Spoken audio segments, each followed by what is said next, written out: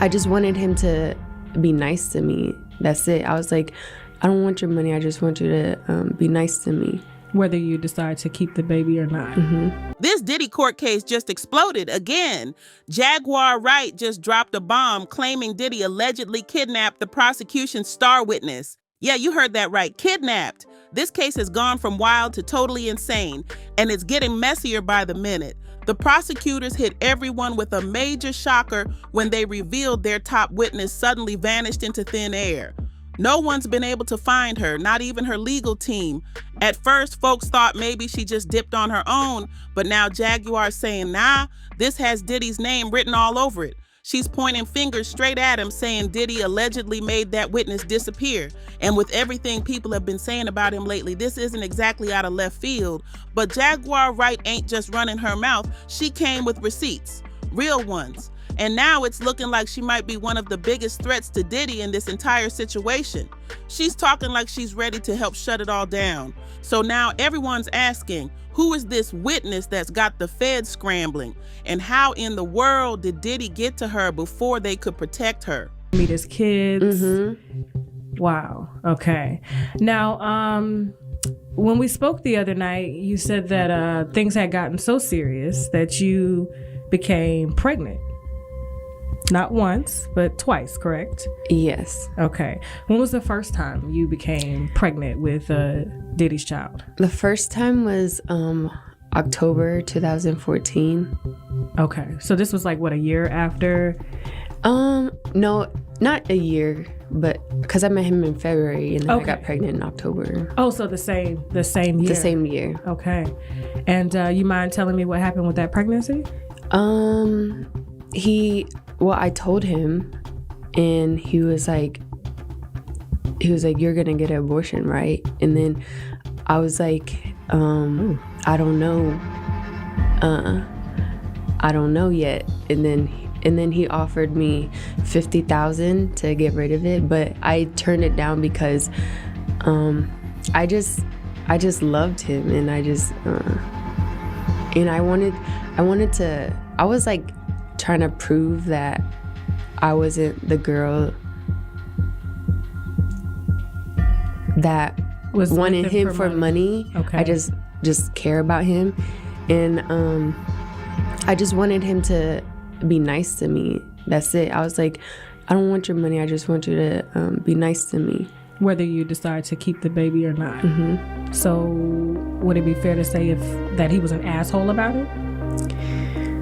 I mean, offering somebody $50,000 to abort a baby, whew, he must really want it gone bad. I mean, in the beginning, like the first 3.5 years, he was, like the first 3-4 months, he was really nice. But then after that, he started being an asshole. So like I say, like the first 3.5 years, he was like mean to me. So when you say mean, describe it. He was like always belittling me, and always like, he was like mentally, emotionally, and physically abusing me. Did he? Mm-hmm. It's not the first time we've heard that. Mm-hmm. There was an incident, of course, with Cassie, where reporters are saying that the police were called because they got into an altercation. I think it was like 2 or 3 years ago, if I'm not mistaken. Tell me some of the things that he would say to you. He would always compare me to Cassie and tell me that I'm the bad one and she's the good one. And he was with both of you guys at the same time. Yeah. Let's dig in, because whatever Diddy's been up to, this trial might end up being one for the history books. This might be one of the messiest legal battles in the game, and nobody expected it to spiral this out of control this quick. We're barely into week 1, and it's already looking like a full-blown celebrity showdown. From day one, things got real messy. The jury was hit with a list of major celeb names, big ones. We're talking Kanye West, Kid Cudi, Michelle Williams from Destiny's Child, Lauren London, actress Mike Myers, yep, that Mike Myers, and singer Dawn Richard, who used to be signed to Diddy's Bad Boy Records. The courtroom felt more like a red carpet event than a trial. Even Michael B. Jordan's name came up early during jury selection.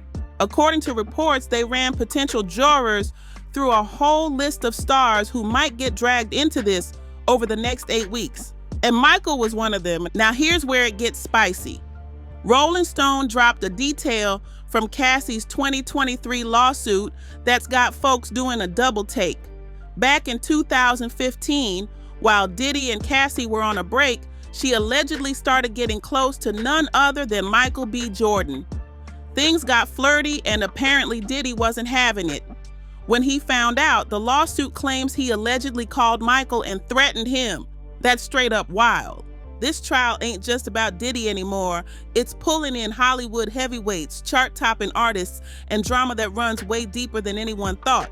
Just when we thought the trial couldn't get any messier, boom, another bombshell dropped. What we thought was the juiciest twist turned out to be nothing compared to what came next. The star witness for the prosecution, she's vanished, straight up missing. According to reports, the feds themselves admitted that one of their 4 main witnesses for the New York federal trial might not even show up to testify. Let that sink in. This isn't just any witness, this is Big 3, the same person named in the official indictment against Diddy. A few weeks ago, she was locked in and ready to hit the stand. She had promised to speak her truth in a case that could land the Grammy-winning mogul behind bars for life if found guilty.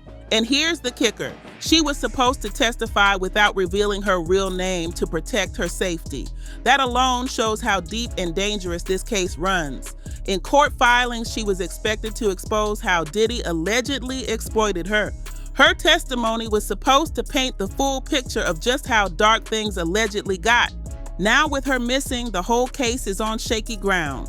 She was the core of the prosecution's argument. Without her, everything could fall apart. That means Diddy might just walk away from this untouched. The stakes couldn't be higher, and this twist just flipped the whole trial upside down. Reports are saying that this mystery witness known as 3 might end up handing Diddy's legal team exactly what they need to pause the whole case. Word is, things could come to a full stop, at least for now. Judge R.N. Subramanian was set to lock in the jury and get an update from the feds on 3 around 8:30 a.m. Eastern, but with her missing, everything's hanging by a thread. The defense is already making moves. They're expected to push for a mistrial or try to delay the start of the whole trial. And here's where things get even more twisted. Law enforcement sources claim they believe 3 went off the radar out of fear for her own safety, but they're being real quiet about the details. No solid info, no leads, just silence. But Jaguar Wright isn't buying it. She's saying flat out that 3 didn't go into hiding. She was allegedly kidnapped by Diddy's crew to shut her up before she could take the stand. And guess what? The timing is super suspicious. Just days after 3 finally agreed to testify under her real name, boom, she disappears. Up until then, her identity was top secret, only known to investigators and prosecutors. But the second that info started spreading, she was gone without a trace. Yeah, that timing don't add up at all, and with everything swirling around this case, Jaguar's suspicion of foul play sounds way too real to ignore. Now fans are putting on their detective hats trying to figure out who Big 3 really is, and the streets are buzzing with one name, Gina Huynh, Diddy's former side chick turned outspoken critic. That rumor's catching fire, especially since Gina suddenly vanished from Instagram. No new posts, no stories, total silence. And let's not forget, Gina's got history with Diddy, and not the good kind. She already spilled tea in an interview with Tasha K, saying Diddy treated her terribly. But it didn't stop there. She dropped a heavy claim, saying she got pregnant by him twice, and he allegedly made her get rid of the babies both times. That's deep and real messy. But wait, Gina didn't just put Diddy on blast. She low-key threw shade at Young Miami too, hinting that she had a role in the drama. And honestly, fans have been peeping that vibe for a while now, especially based on how Miami's been acting online. Remember that online drama? When Gina posted a pic of Diddy kissing her on the cheek, Miami snapped. She rushed to Twitter and went off accusing Gina of chasing clout. That back and forth was heated, and it had people talking for weeks. So now, with Gina missing in action and Big 3 nowhere to be found, people are connecting the dots real quick. The drama just keeps getting deeper. This online beef between Gina and Young Miami, it went off the rails, straight chaos. It all popped off when Miami clapped back on social media saying, "Somebody please give this B some attention." Gina didn't stay quiet. She fired back on her IG stories with a savage line. "If anyone's seeking attention, it's you. Suck my D. I'm giving F." That's when things got extra spicy. Miami wasn't done though. She accused Gina of clout chasing and shot back with, "Attention B, I am the attention. Let's be clear. Notice me please, B. Go sit down. We see you. Relax. It's okay. You've been around, just around for years. You've been waiting on this moment. If he can't make you famous, B, I ain't." And then she really went in, adding, "I ain't arguing with no B that got cheap lint ball carpet in her house while messing with a billionaire. You freaky B." Gina wasn't letting that slide. She came back with, "Why you so pressed, mama? Thought you was a city girl." But Miami snapped again, "I am, and that's why I'm effing your man and I ain't coming off him. I don't care how many pics you post, get that hair braided and leave." But that's not even the wildest part. Gina's also hinted that Miami was calling the shots when it came to what went down between the three of them during their link-ups. And based on their online spats, it's looking like the signs were always there. During one of their nastiest exchanges, Miami even threatened Gina with something wild, a freak-off. This drama is on a whole other level. This drama between Miami and Gina, it went from petty to straight vicious. Miami came in hard, writing, "If I wanted you to eat, my PGD would have had you on your knees. You a weight eater. Gina, you been down bad ever since I stepped in. You been crying for a baby for 10 years. You just the B he calls when he feels like it. You an eater. You the same B that was bawling on Tasha K because you wanted a baby. Poor sushi." That was cold. But here's where things take a crazy turn. The theory that Gina might actually be victim 3 is starting to look real possible. And it's lining up with what the feds wrote in that updated indictment they filed against Diddy last year. The superseding indictment said Diddy had a long-running, disturbing pattern of behavior toward women and others. It wasn't just one thing. It was verbal, emotional, physical, and way worse. The documents laid it all out, saying he manipulated women into doing staged performances involving him, and sometimes even with other men, including his business people. According to that filing, Diddy and people working for him would literally fly women into commercial locations to take part in these setups. The feds painted a picture of full-on control, where these women were pushed into situations that they never signed up for. Now, when you look at what Gina's hinted at and everything she's been through, it's not far-fetched to believe she could be connected to this case in a major way. And if she really is victim 3, that would explain why she disappeared and why this trial just keeps getting darker. This whole situation just keeps getting darker and way more disturbing. According to the superseding indictment, Diddy allegedly made sure the women involved had no choice but to participate. How? By controlling their careers, handing out money, then using those same things to manipulate and threaten them. He allegedly kept them hooked with financial support, then used intimidation to keep them quiet. But that's not all. The feds hit Diddy with new charges, saying he and his crew, known as the Combs Enterprise, used his fame and power to intimidate, threaten, and lure women into his world. A lot of times, he allegedly did it under the disguise of a romantic relationship, but once they were in his orbit, it turned ugly real fast. He's accused of using force, threats, and coercion to get victims, including women identified as female 1, 2, and 3, to take part in what they called commercial acts. And in exchange, Combs allegedly handed them cash, promised music careers, and paid for things like rent and housing. It wasn't kindness, it was control. Embrace yourself, it gets even worse. Some of those commercial acts involve male commercial workers, and Diddy allegedly referred to these setups as freak-offs. Yeah, freak-offs. According to court docs, these weren't just private encounters. They were produced, directed, and sometimes recorded by Diddy himself with help from people in his circle. The indictment paints a picture of calculated setups where power, money, and fear were used to trap people in situations they couldn't escape. And if even part of this is true, it's way beyond anything anyone imagined. Things just keep getting more disturbing. According to federal documents, Diddy didn't just set up these so-called freak-offs. He allegedly went even further.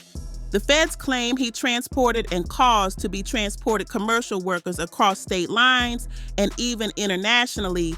That takes this to a whole new level. Now here's where it gets even darker. Diddy's been accused of allegedly forcing women at his parties to sleep with other men, all in exchange for cash. And while some might try to write that off as consensual, the truth, according to the feds, tells a different story. Let's be clear, these women didn't want to be involved in that. But the indictment says Diddy allegedly coerced them into it, then made them accept payment afterward. Why? So he could flip the script and say, she got paid, she agreed to it. A way to cover himself, a dirty tactic meant to dodge any claims of abuse or wrongdoing. And online, a lot of people have been quick to jump to conclusions, throwing around judgment without knowing the full picture. That kind of reaction just makes it harder for any survivor to come forward. According to the feds, all this went down from around 2009 all the way through 2018, right in the Southern District of New York and beyond.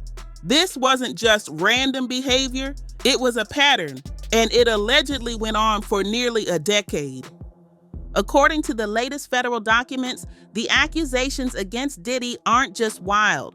They're straight up serious criminal charges. The feds claim Sean Combs knowingly recruited, enticed, harbored, transported, and solicited individuals to engage in commercial acts and did so by any means necessary. And that's not all. They say he willfully made it happen, even when it involved force, fraud, or straight up coercion. The documents break it down. Diddy allegedly recruited and maintained at least one individual, knowing that they were involved in these acts against their will.